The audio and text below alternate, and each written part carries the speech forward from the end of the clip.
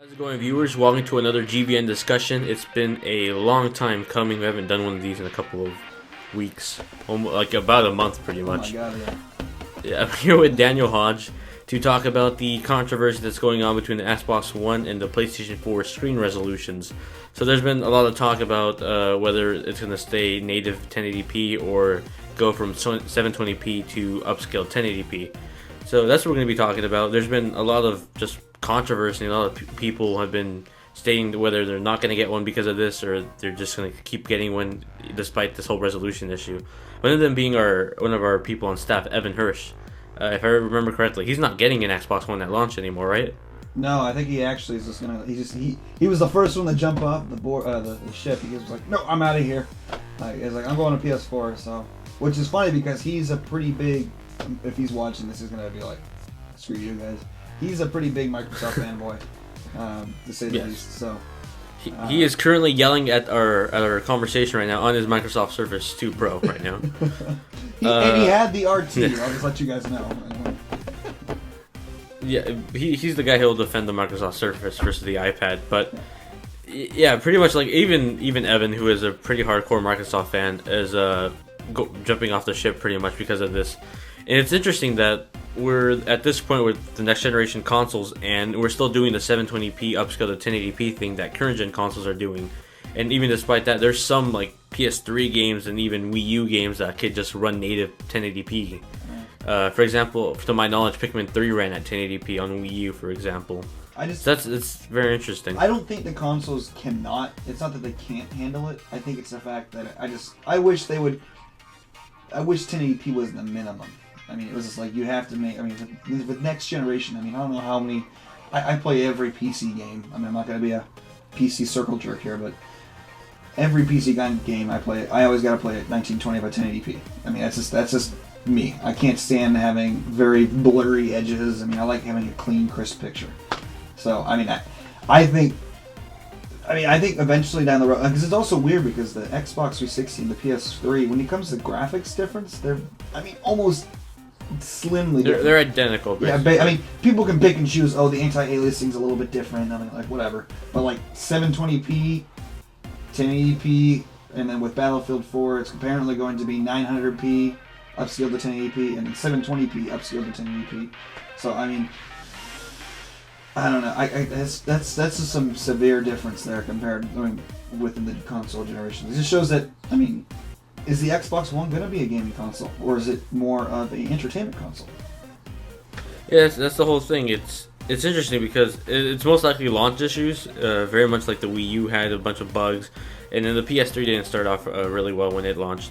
But I think it's just like there's some issues with drivers and just tools at launch. I think there was a rumor going around before, like Activision confirmed that Call of Duty Ghosts would be running at 720p upscale to 1080. That Activision had asked Microsoft for 10% more of the GPU power that's being used on the OS for their port of Call of Duty Ghosts. And although this is not confirmed, according to the rumor, they were denied access due to driver issues at launch. So they want to maintain a stable OS throughout the whole launch. Which is where Xbox is going. Their operating system compared to the PS4 is pretty substantially better, in my opinion. I mean, you have you have a lot of the Windows features like the split view and stuff. I mean, heck, you can just bring in Skype right in within your game. I think that's pretty cool. Yeah, I think what they're advertising the Xbox One, at least like they recently made a video showing off like the dashboard, and it was in their vision, it was like the way you would use it at home, which is like pretty staged anyway.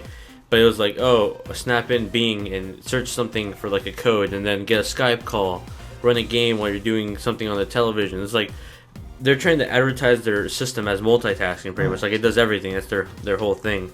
So I'm guessing at least for launch they want to maintain a stable OS, because if they, like at launch they're like there's reports coming out saying, oh, the OS is messed up, multitasking is having issues, and like that's their selling point. If that fails, there goes the console. Yeah, because I mean the thing is, if I wasn't honestly focused on gaming as much as if like I have my PC game and I play some console games here and there. I mean obviously a lot of the Xbox One games are going to be available on PC as well. Which is pretty cool. I'm liking that. I mean, they're bringing all the exclusives of like Xbox One and PC, but a lot of which is recently found out TitanFall is now exclusive on Xbox One and PC forever, which has made me kind of sad. But Back to the topic. I mean, if I was just looking for something to hook my TV up and just bring everything together, the Xbox One is an amazing console for that. It's just, it combines everything perfectly together. I mean, you can switch to everything by using your... Heck, you can even hook up a PS4 to your Xbox One and use it as a TV, because it has HDMI in. Mm-hmm. So, I've seen some pretty funny concepts, though. But yeah, I think the Xbox, what it started off being, and it still is, it's your entertainment console. It's pretty much, it does everything you want it to do in terms of media, like Netflix, Hulu Plus, television. And for example, something that the PS4 doesn't do, it acts as a medium server and can play MP3 files, which might be changing on the PS4, according to Shuei Yoshida. He's bringing it up with the development team. I don't know how you pronounce that name, but whatever. Shuei Yoshida. I still don't want. I want to drop Yoshida. I'm sorry. He's probably like not even watching this, but I mean, he's probably Facebooking. He's like, Yeah, he's a cool guy. What was funny is I saw someone on Twitter tweeted him.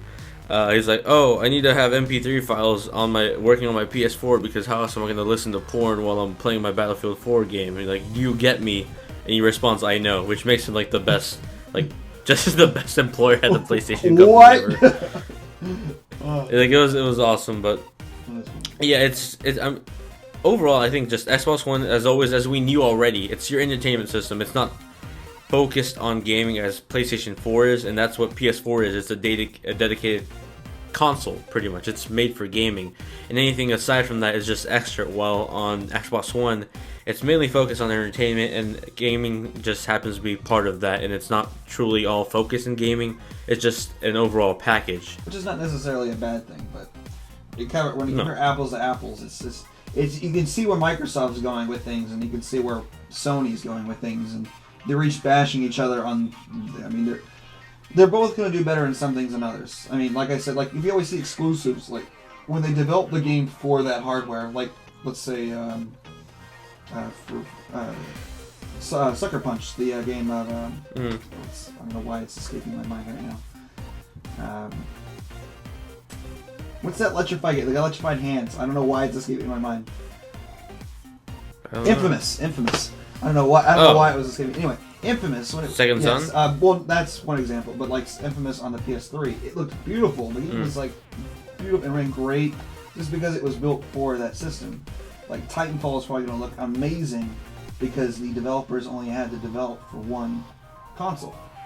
So I mean, like Killzone. Killzone's a 50 gigabyte game. Like holy. Yeah, it's just freaking insane. The biggest game I ever had on PC was Battlefield 3. With all the DLC, was around like 30 to 40 gigs.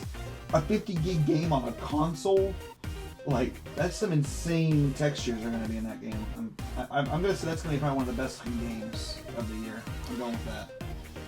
Yeah, I think for my like comparison between these two things, I think just the Xbox One is like a mid-range gaming PC basically. Like it could do anything, or it could do everything to some extent, but not like perfectly. It could do it.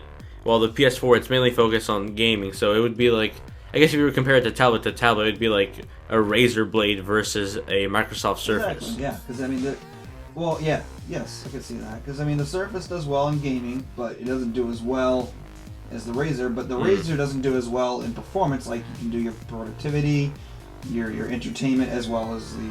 That's a good. I like that analogy. It's like it does gaming really well, but it could do everything slightly well. While the everything is just like average, it does everything averagely well.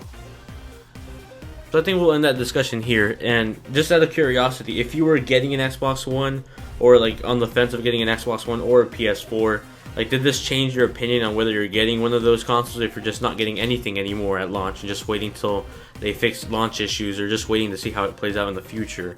Tell us in the comment section below. And Dan, are you getting anything like at launch? I know I'm for sure not getting anything currently at launch because of delays and issues anymore. I was, but I'm kind of like I literally just I just picked up Battlefield 4 today. Like I was gonna get it for it was either gonna be for PS4 or PC, and the game runs beautifully on my PC. So I'm like, you know what? I'm just gonna wait and let it wait out. Because this is like gonna be one of the biggest launches of any generation console. I mean. I think it's to the point now, at least in modern times, that like there won't be much sellouts right now. Like we'll have consoles in stock for a while. I don't think it'll sell out that much. the PS4s are selling. I mean, the Xbox Ones, I think they'll probably be around, but the PS4s are. I don't know. We'll see. We'll see. It's hard to tell. So I don't know.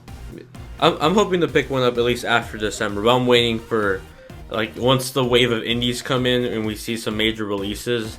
And I noticed like the launch issues are gone, then I'll probably pick one up either like in late December and there will or be. No, probably not late December due to Christmas, but probably early January, most likely around that time, like in a month after. Once you get all the Christmas noobs on there, as they say.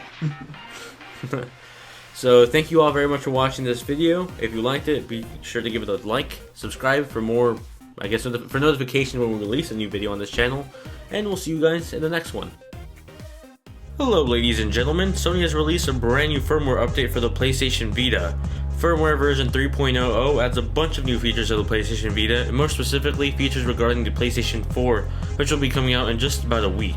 In this little overview video, we'll be looking at what has been added to the PlayStation Vita since the update. Starting off with cosmetic changes, the messaging and party application have been both redesigned.